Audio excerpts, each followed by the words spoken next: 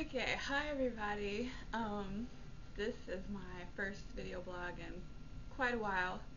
Been going through quite a bit, as some of you already know. So where I left off was Braden was waiting on his blood work to be analyzed by his DAN doctor to see if we were going to be able to go ahead with chelation. So we drove to Jacksonville from where we live, which is 6 hours away, to go see a DAN doctor. We drove over to Jacksonville to see his doctor. His levels were good enough as far as his absorption of his vitamins and minerals. So we're going ahead with the transdermal DMSA chelation. DMSA stands for dimethyl sodium acid. I think it's an amino acid. It's basically something that is already present in your body, but these kids are deficient in, and they can't excrete the mercury and or thimerosal out of their body. So you introduce this DMSA. The transdermal means you rub it on the skin. It's a lotion. It's a very, very tiny amount that we're using. We just started it 3 days ago. It just showed up because we have to order his medications from a pharmacy that's way far away, and the UPS whatever medications we have. So that just showed up 3 days ago. We're using it 3 times a day for 3 days, and then we're doing 11 days off. So today is the 3rd day. I haven't noticed anything positive yet. He's kind of singing a lot to a lot of songs that he doesn't normally sing the words to, but that could be because we have a different TV now, so he might be more into what he's watching. So that's not enough of a behavioral change for me to say, you know, the DMSA is doing that. So I don't really have anything to report yet, except we've started it and this is the 3rd day, and so far no changes. He has been a little more characteristic, lining up his boobas again, which he doesn't typically do that often anymore. A lot of lining things up, a lot of matching colors.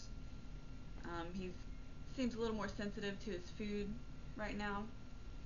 Speaking of food, the GFCF diet is going wonderfully after a large uphill battle to get to the point where we're at now.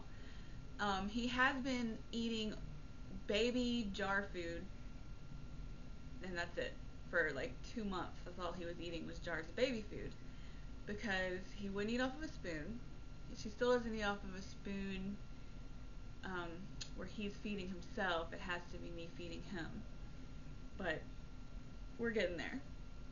But now he's eating a gluten-free, wheat-free, yeast-free, egg-free, soy-free bread that is by the Energy brand, Energy Life or something like that. I'm sure you're familiar with it if you're trying to do this diet. But it's really just white colored bread. And I've gotten him to where now he's eating this bread with either like just a tomato sauce or some kind of a pizza sauce that is of course organic and gluten-free, and you know, the label shopping that you have to suddenly do with these kids. But it's really a big step, because not only is he eating something different, which is very rare, it's also like a bread substance in his stomach, because it's very hard to watch your child just eat jars of baby food 3 or 4 times a day and nothing else except their drinks, milk and gluten-free, lactose-free milk, and you know, organic juices. It's hard to watch them, because you think, okay, my kid is starving to death. He's had purified food 3 or 4 times a day for 2 months. He's got to be hungry. Well, we ordered pizza one night, and he was like grabbing at the pizza box. And I was like, does he want a piece of that pizza? Well, I wonder if he would eat it. So I hopped up, ran to the kitchen, and tried to put together something that looked like the pizza and that was, you know, safe for him to eat. And he ate it. yay, thank God. So I feel like we're making a little bit of progress, even though that doesn't seem like much.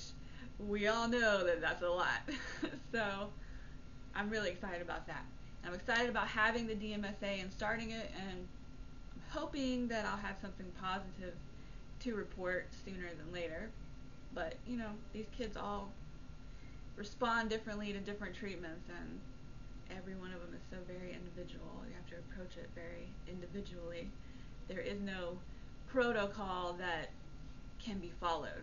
So, just a tip, if you're a parent trying to figure out what's going on with your kid, how to treat them and whatnot, don't follow a protocol, because your kid is entirely individual with this illness.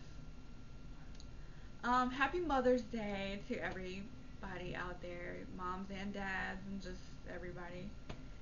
You know, have a good Sunday, a good Mother's Day. Do something today that makes you smile.